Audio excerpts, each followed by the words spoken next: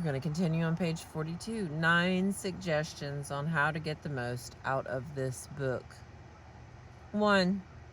If you wish to get the most out of this book, there is one indispensable requirement. One essential, infinitely more important than any rules or techniques. Unless you have this one fundamental requisite, 1,000 rules on how to study will avail little. And if you do have this cardinal endowment, then you can achieve wonders without reading any suggestions for getting the most out of this book. What is this magic requirement? Just this: a deep driving desire to learn, a vigorous determination to stop worrying and start living. How can you develop such an urge? By constantly reminding yourself of how important these principles are to you. Picture to yourself how their mastery will aid you in living a richer, happier life.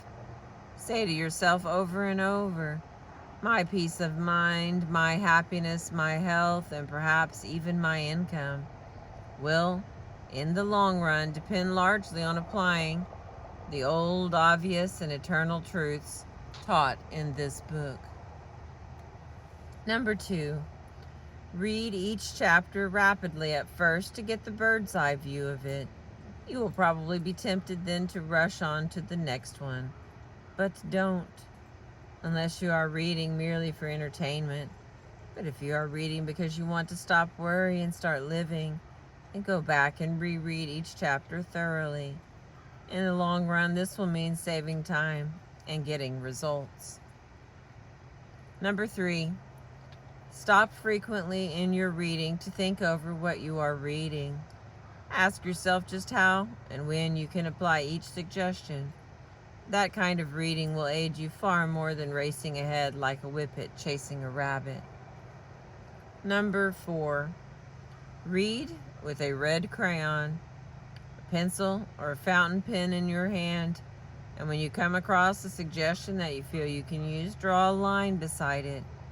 If it is a 4-star suggestion, then underscore every sentence, or mark it with 4 X's.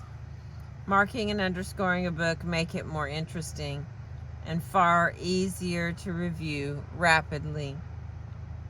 Number 5, I know a man who has been office manager for a large insurance concern for 15 years. He reads every month all the insurance contracts his company issues. Yes, he reads the same contracts over month after month, year after year. Why? Because experience has taught him that that is the only way he can keep their provisions clearly in mind.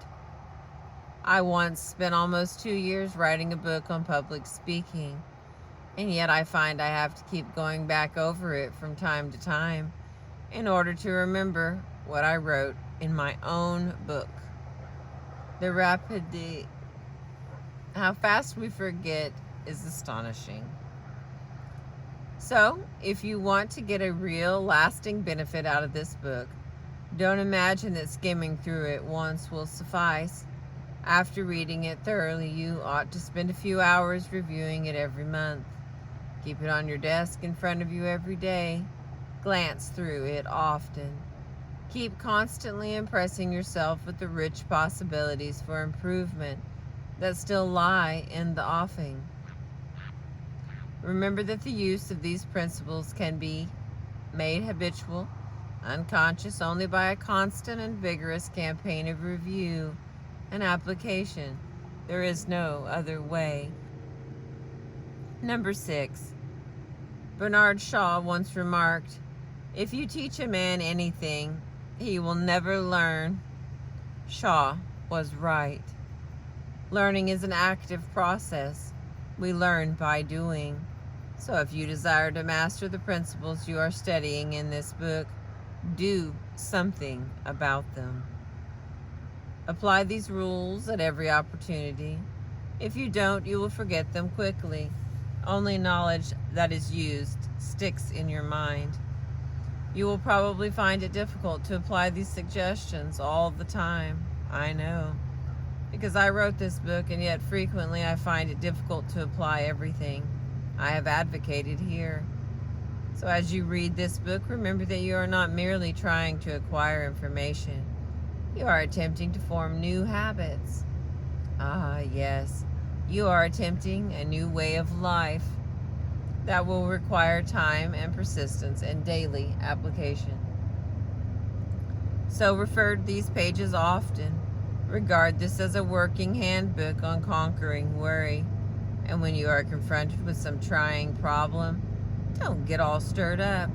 Don't do the natural thing, the impulsive thing. That is usually wrong. Instead, turn to these pages and review the paragraphs you have underscored.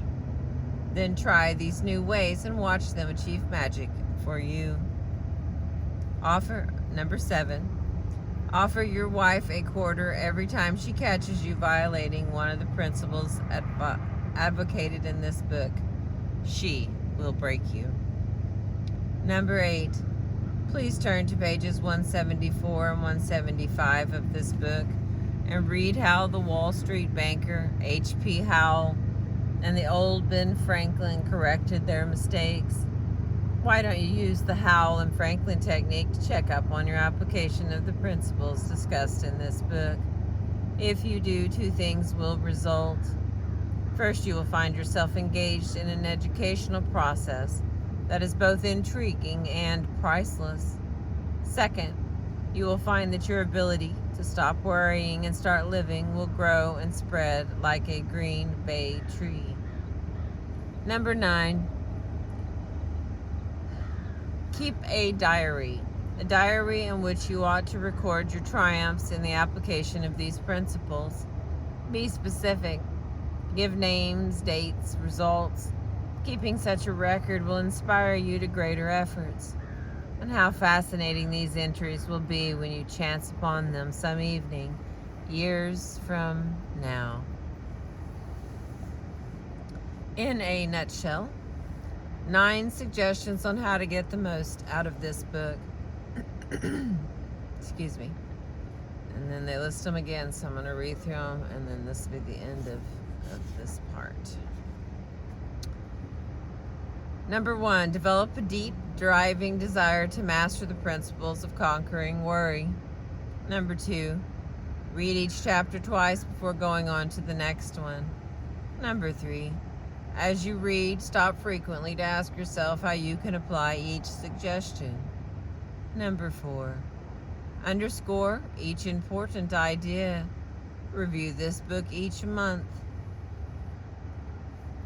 Okay, number 5 is review this book each month.